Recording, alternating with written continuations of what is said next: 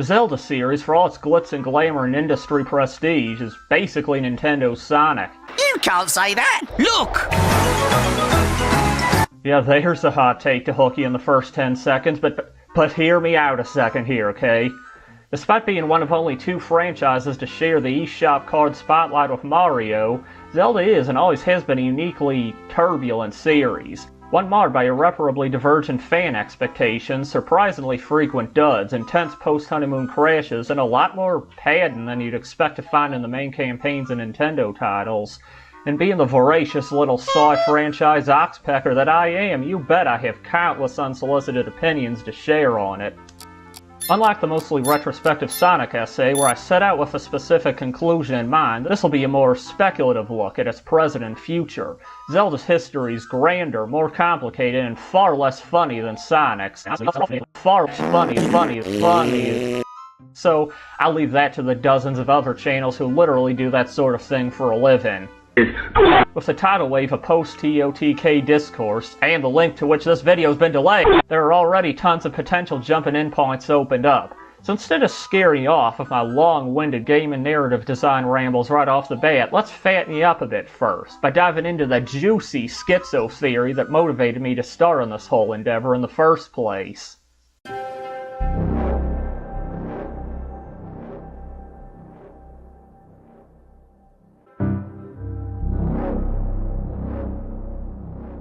First things first, I like the Zonai. They're pretty cool. It's neat finally seeing a mammalian animal race in Hyrule, and as easily as they could have just been cat or fox or deer people or something like that, the Zonai clear the series' high bar for design with room to spare.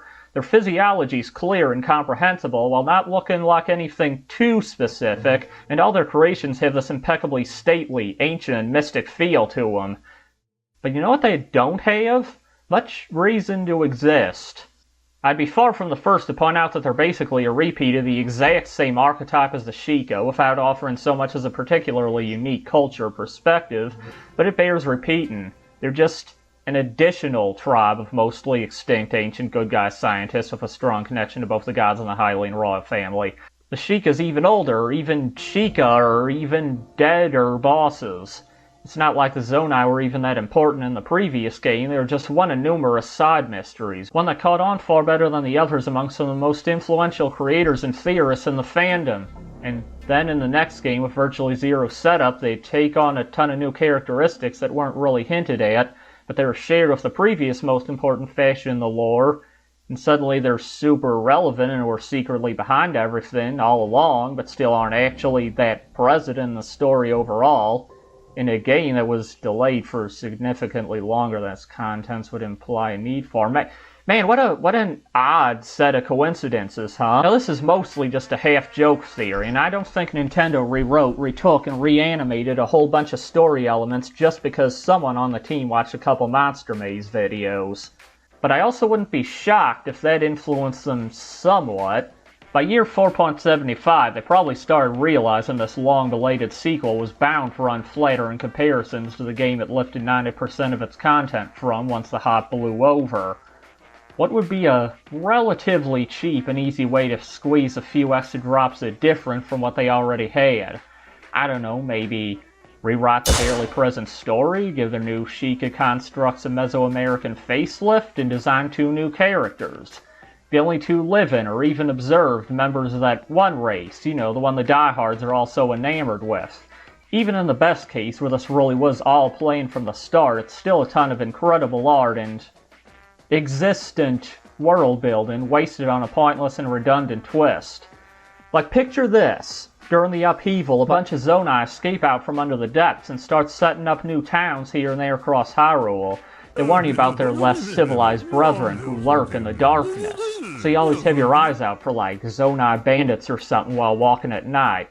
But then when you finally do discover the depths, there's just an entire empire of evil Ganon worshippers down there, and you realize the good guy Zonai have just been trapped down there with them for millennia. That's what all the Colosseums were for. They were basically enslaved and killed for sport until Link inadvertently sets them free. And also the bad ones are in league with the Yigan. They taught them how to construct all their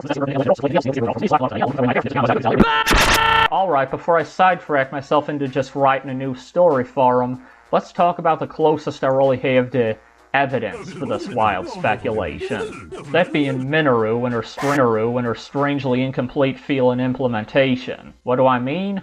Well, Navi, Teodal, Midna, Fi, Ghost Zelda. Link always used to have some kind of conveniently intangible Gale payload to follow him around, right? Comment on enemies and locations, banter about plot details, break the definite silence, occasionally even undergo an arc, you get the idea. In fact, Breath of the Wild was the first mainline game to buck that trend since Ocarina of Time. Well, Wind Waker technically did, but close enough. Tears of the Kingdom basically sets Minoru up to restore that role. It turns out her spirit was bound to your all-purpose, always-on-you, everything path that you obtained within the tutorial island from the beginning. I mean, heck, her name's Minoru. She's dressed like Midna. Really obvious callback.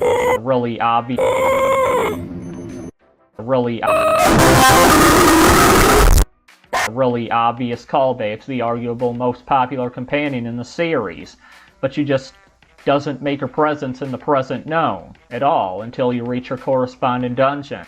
It feels like a vestigial setup for a system that was started too late to finish, but scrapped so late that leaving parts of it in would be cheaper and faster than cleaning the whole thing up and replacing it with something else. I realize this still don't prove jack diddly squat, but even if there's nothing I can pin down definitively, something's not quite adding up here, right? The entire situation's full of setups without conclusions, conclusions without setups, and when both do exist, the middle part they'd imply should hinge on them just doesn't. The zone I feel like half a poorly worded answer to a question the first game barely even asked.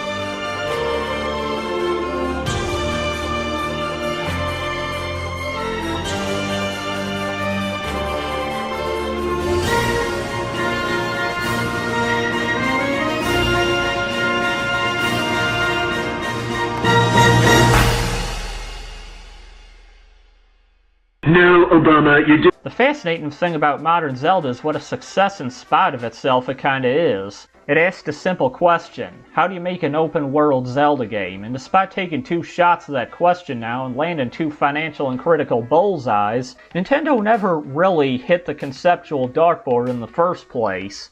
With a meager enemy variety that does the series' iconic bestiary no justice, a lack of satisfying temples, a far more generic progression system that eschews unlocking new tools for numerical power creep, and an avant-garde memory-gathering non-linear story structure, neither of them exactly give you what the name on the tin promises. Now, for posterity's sake and to avoid sounding holier than thou, let me say I was 100% on board the Breath of the Wild pre-release hype train. I saw jacked at the trailers, watched every Game Explained breakdown, and even showed up a couple times in my dreams. Don't judge, I was far from the only one, okay? I bought it day one and played nothing else for months, and I'm only now really beginning to consider its flaws beyond a simple wish list of features I'd have preferred it had had. But you know what? Even though I was completely sold, I also got where the naysayers were coming from. If you'd been fiending for the next evolution of the 3D Zelda formula ever since the fan reception road bump that was Skyward Sword, I get why your jimmies would be a little rustled when Nintendo served up a fantasy rock climbing sim with weapon degradation. Also, since I know somebody's gonna say it, no, it wasn't really like the first game either. I think people both overestimate how open-ended that game was and underestimate how much the formula it had already established. Sure, the map was more or less open and not every dungeon was mandatory, but there was still the equipment-based progression system. A lot of things couldn't be accessed or even found without completing other areas, and it'd just generally kick your shit in on a blind first playthrough. I don't care if they were both inspired by some vague feeling of wanderlust whimsy, a game where you earn all your tools in the tutorial and spend the rest of your time grinding the same 4 enemy types for stronger swords. That's not quite Zelda in my books. It's not quite bad, it's good, but it's just not the same thing.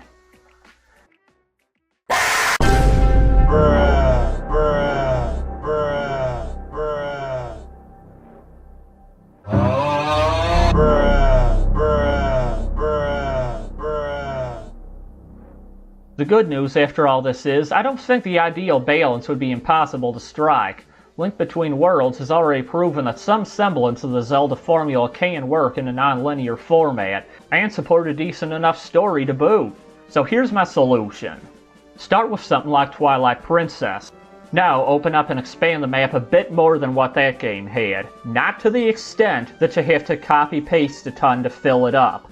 Just make the game as big as the game demands. That's as big as it needs to be. Now, let the player visit any region at any point they want. Note this doesn't mean all content within the region needs to be accessible from the jump. Scatter around, let's say, 35-ish optional mini-dungeons through the world. Bring over Breath of the Wild system for melee weapons, bows, armor, and shields whole cloth. Minus durability, anyway. Now, here's where the magic happens. Every major dungeon in the game serves two functions. One that aids the people of the land, and one that tests the hero. Whenever you enter a new temple, you're given a Zonai magic facsimile of the dungeon item. This energy construct behaves identically to the real deal with one huge exception. It disappears if you try to leave the building with it. It comes back when you re-enter, of course, but if you want to use your new item anywhere outside the temple, you must defeat the boss and watch whatever little story blurb follows. This way, they can kinda have their cake and eat it too. It can be as non-linear as desired, where and when it's desired, but they can also control what can and can't happen between important story beats. Because you just won't be able to get everywhere on the map right off the bat, not until you beat Temple A and C, then maybe you can get to Temple E using the dungeon items from there, and whatever story events happen at Temple E, well, you gotta have beaten Temple A and C first. B, maybe B's just its own little side story, you get the idea. Or, you know, they could just make the world open and explorable, but still have a linear series of temples and plot events. Yeah, that's something Breath of the Wild kinda psyoped us all into forgetting. An open world game don't necessarily need to have an open story structure. Is this ever gonna happen? Well, maybe. Considering Zelda's the one Nintendo franchise that actually seems to take criticism to the heart, how quickly the discourse soured after TOTK. Pussy! Pussy! Pussy! Pussy! He's a pussy! Hello everybody, my name is... Breaking news! Well, it was breaking when I added this to the script anyway. I was wrong! After making 1.5 tower climb and open world entries, Ao Numa has tragically suffered from amnesia and forgotten why anybody would even like the older games in the first place. Yet another great institution toppled by modern man's insatiable lust for aimless unfettering. Join the Amli's Alien Agenda initiative today and make me the king of Earth. It's retrograde traditionalism and globalist ludotechnocracy combined. There's a little something for everyone.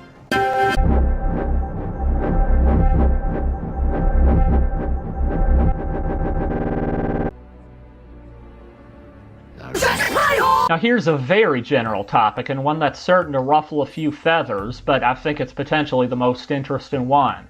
And I'm not saying Zelda's necessarily an immature series, not at all in fact. There's a certain simple but sublime dignity to it that eludes lots of media with an older demographic. It's not exactly a work of Tolkien or C.S. Lewis, but at times it gets close to achieving a similar mythic, symbolic quality.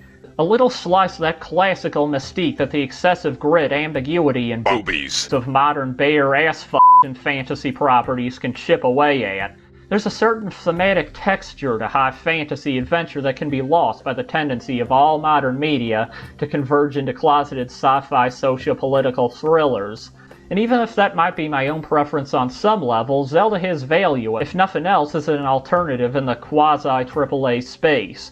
While life can be complex, 90% of that's basically just post-rationalization and mutual tolerance pacts. It can be healthy to reacquaint yourself with the dirt-simple premises of power, courage, pride, and greed that actually make people initially do things.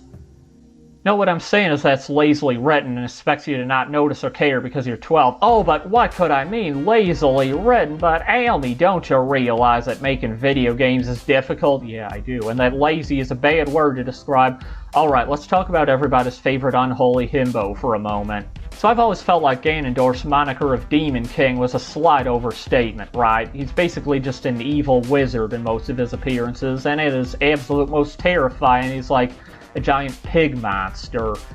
A semi-immortal pig monster who will whip out a kind of flashy spell now and then, but come on, Demon King, it's a pig, it's a blue pig, come on. In Breath of the Wild and Tears of the Kingdom, though, he's really started earning that title. By the time of his unsealing, he's basically the center of this world-spanning, blood-sucking web of molten magic eyeballs, mouths, and hands. Ew, yucky. Even while his body's frozen in sleep, he leaks this life-draining miasma, and his mere subconscious hatred manifests into an entity capable of toppling multiple kingdoms, multiple times. It's clear that whatever's been fermented inside him from the beginning of the timeline is far, far worse than what the legend portrayed in Skyward Sword indicates. Like a myth, like a legend, like the snake and the apple you read about as a kid, long before your mind was exposed to or could have even conceived the bottomless depths of human depravity. And then he opens his big, dumb, goofy mouth. Stupid friggin' nice people, I hate nice people. Bear witness to my heinously dark and evil plan to get really strong and beat everybody up and take over the world. Because that's what kings do. They beat people up and take over their stuff. And I am a true king, not like that stupid nice king. It's just a shame you won't even be strong enough to give me a good fight before I kill you. Every character who ain't either clinically insane or made of black and red smoke still absolutely despises him and is 100% on your side. There is no Saruman or Wormtongue in this plot. There are no Oathbreakers, and the orcs are basically pinatas who just keep resurrecting and coming back at you even if you do find a reason to pity them. All the good guys are ready and willing to die for each other and having heart palpitations over the idea of losing people they've known for a couple weeks. The extent of Ganondorf's deceit is just making a Zelda clone and having it do bad stuff, and then admitting that's what he's doing well before he really needed to. Which was never, by the way, as dead obvious as it was. There was literally no reason for him to play his hand if the heroes were brain dead enough to keep falling for it. Could at least tried bluffing and pretending he had Zelda's real body hostage, but why do that? I mean, that'd be kind of manipulative, kind of twisted and messed up of him. You know, not something like a Demon King would want to do or anything. From Twilight Princess onward, the Zelda series has been growing more and more obviously eager to be taken seriously. That's not necessarily a bad thing, though, and at times it does manage to present something a bit more thought-provoking. The Lorulians attempting to end all conflict by destroying their own Triforce, only for the resultant decay of their world to end with them losing faith both in their gods and in man and turning to worshiping monsters. Who buys that heavy, depending on what and how deep you want to read into it. From its scary new revamped villain to its grand scope to its stunning cinema-worthy soundtrack, Tears of the Kingdom feels like the current culmination of Nintendo's ambitions in that direction.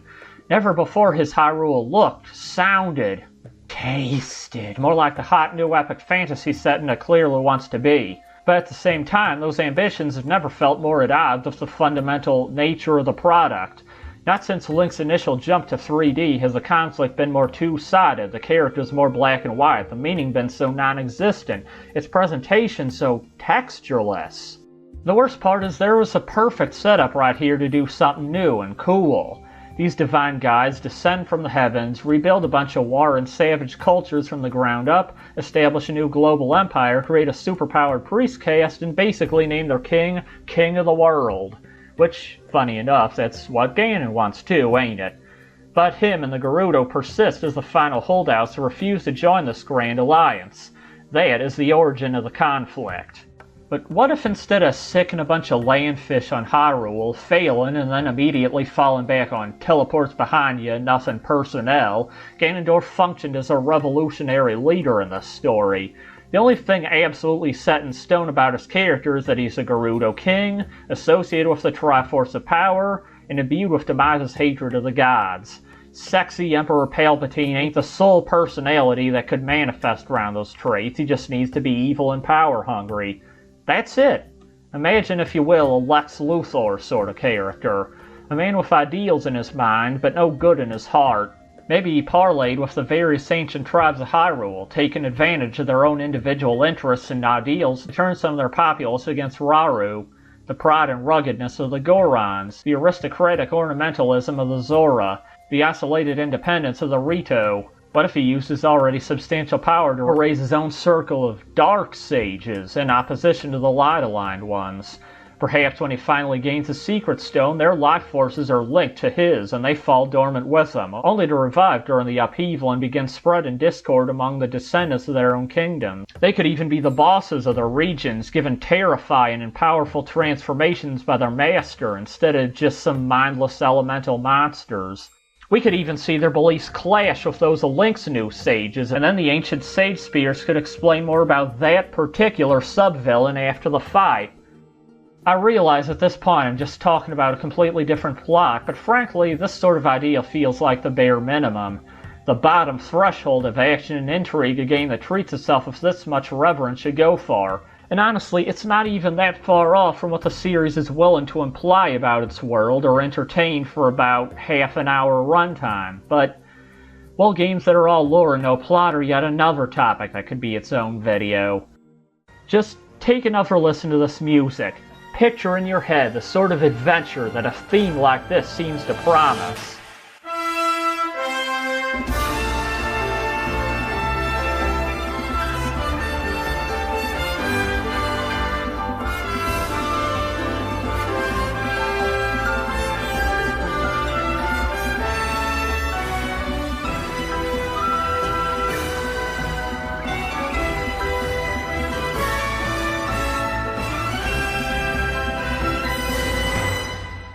Now tell me, did you imagine around a fifth of its main campaign being dedicated to help these fat asses stop being lazy by killing a spider that's making them high? And the sad part is that's actually the most interesting and complex scenario because it comes with a secondary semi-fake out antagonist and a mystery slightly beyond what monster is causing these storms and where's it hiding. You see, this is why Nintendo fans get no respect. It's not the stylized graphics, it's not the low specs, it's not even all the E ratings. It's because Nintendo can put out a game with a reused map and recycled gameplay where you go to some towns and fix the weather by killing 3 bugs and a barfing octopus that undoes its one effective dramatic sacrifice right at the end that explains its 6 or 7 paragraphs worth of lore 5 times over in almost the same way.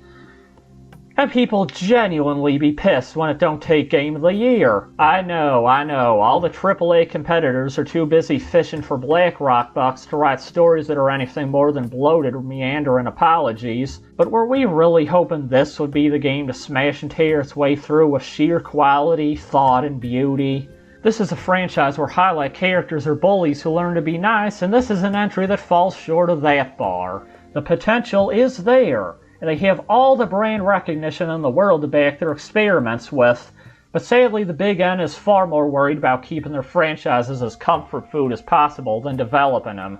And I get it, because kid appeal or whatever, but I also don't get it, because kids love convoluted lore and frittering away their time on wikis. Even from a gameplay standpoint, Tears of the Kingdom has a nasty habit of tainting its predecessor's renowned formula of that same familiar AAA bloat. Zonite ore, Zonite charges, pony points, bubble gems, Poe souls. What exactly does grinding an entire new currency that lets you gacha pull for random machine parts add to the game? Who decided precious time and money needed to be spent developing that when Gerudo Desert's still the only region with any unique local enemies? It may not be a bad game, it may be a good, even great game, but it also feels like a bit of a bad omen, and deserves every one of the common criticisms it gets. In light of Ao Numa's no longer recent statement, it's really starting to look like Zelda plans to jump ship to a whole new fan base. And yeah, that makes another one, eh? When I got into essays like this, I genuinely didn't intend to become the designated mortician for the integrity of old gaming franchises. I'd love to be the bearer of good news for once and tell you that your favorite series has seamlessly modernized itself while retaining everything that made it special, but the closer I look, the more apparent it becomes that the mid-2010s and early 2020s have been a very transformative era, even for studios and series we don't typically think of as having gone downhill. There are very few AAA franchises remaining that truly feel like their own niche anymore, their own little corner of the market, in the same way that the classic 3D Zeldas did. In my Pikmin video, I briefly touched on how it feels like legacy franchises are all trying to shake up their formulas in ways that only make them less distinct. And while I was mainly referring to story at the time, I'm starting to realize it's just as much of a trend in gameplay. If nothing else, we do seem to have finally seen the last of this specific map, art style, and character roster. We're 3 games in with no DLC this time around, and if Nintendo's words to be trusted, they feel as though they've done everything they could do with this version of Hyrule. I'm not too confident whatever they come up with next time will be more rather than even less Zelda, but only time will tell. Ao Numa could come down a bit from his Ubisoft high after the dust settles, but if he decides people have spoken with their wallets and not their autistically detailed breakdown reviews, that won't be very likely. That's all for now, though. Have you ever wanted Pussy! free? Download Pussy! Pussy! free.com. If you don't want to download freeze Pussy!